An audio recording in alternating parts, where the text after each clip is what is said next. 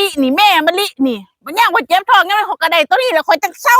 จะเป็นหมออยู่บ่จะเป็นยาอยู่จะสิซอยคอยได้โอ้กูสิเป็นยาอีหยังกูอยากหูว่าไผเป็นแม่มะลินั่นบ่แม่มะลินี่แหละแม่มะลิคอยโอ้กระโพดคักแห้งเนาะอีแม่มะลินี่โอ้ยบอกแล้วมาหายไป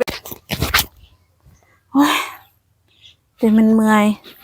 มันได้รับไปนอนเบิดขึ้นว่านอนพักผ่อนกันตะข้าวเอานั่งยังล่ะแม่มึงเป็นหยังจังมานอนอยู่นี่คือบ่ไปหา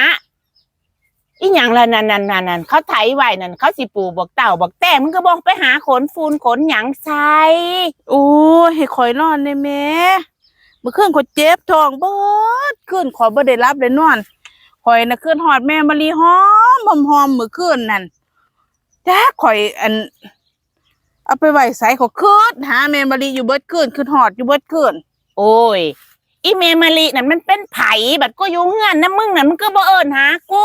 อีนี่เจ้าซอยข่อยบ่ได้ดอกแม่ต้องแม่มะลิอย่างเดียวโอ้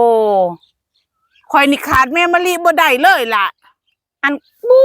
ยคันเว้าขึ้นอีแม่มะลิน่ะมันเป็นผู้จังไดมันซะมันสิดีแห้งแท้มึงจังสิว่ามันซอยมึงได้นั่นแหมกูเป็นแม่มึงแท้ๆได้นี่ก้อยก็ฮู้อยู่เจ้าเป็นแม่ข่อยแท้ๆแต่ว่าเรื่องนี้นะเจ้าซอยข่อยบ่ได้ดอกแม่มะลิอย่างเดียวโอ้ยกูก็อยากหูแท้อีแม่มะลินั่นมันมีหยังมันจังสิดีเอาแท้แม่ฮะมันสิมีหยังนั่นก็เป็นยานี่ล่ะนี่แม่มะลินี่แม่มะลินี่มันย่างว่าเจ็บท้องยังไม่ขอกระไดตัวนี้แหละข่อยจังเศร้าจะเป็นหมออยู่บ่จะเป็นยาอยู่จะสิซอยข่อยได้โอ้กูสิเป็นยาอีหยังกูอยากหูว่าไผเป็นแม่มะลินั่นบ่แม่มะลินี่แหละแม่มะลิข่อยโอ้กระโพดคักแห้งเนาะอีเมมาลีนี่โอ้ยบอกแล้วมาหายเป็นฟืนเป็นไฟ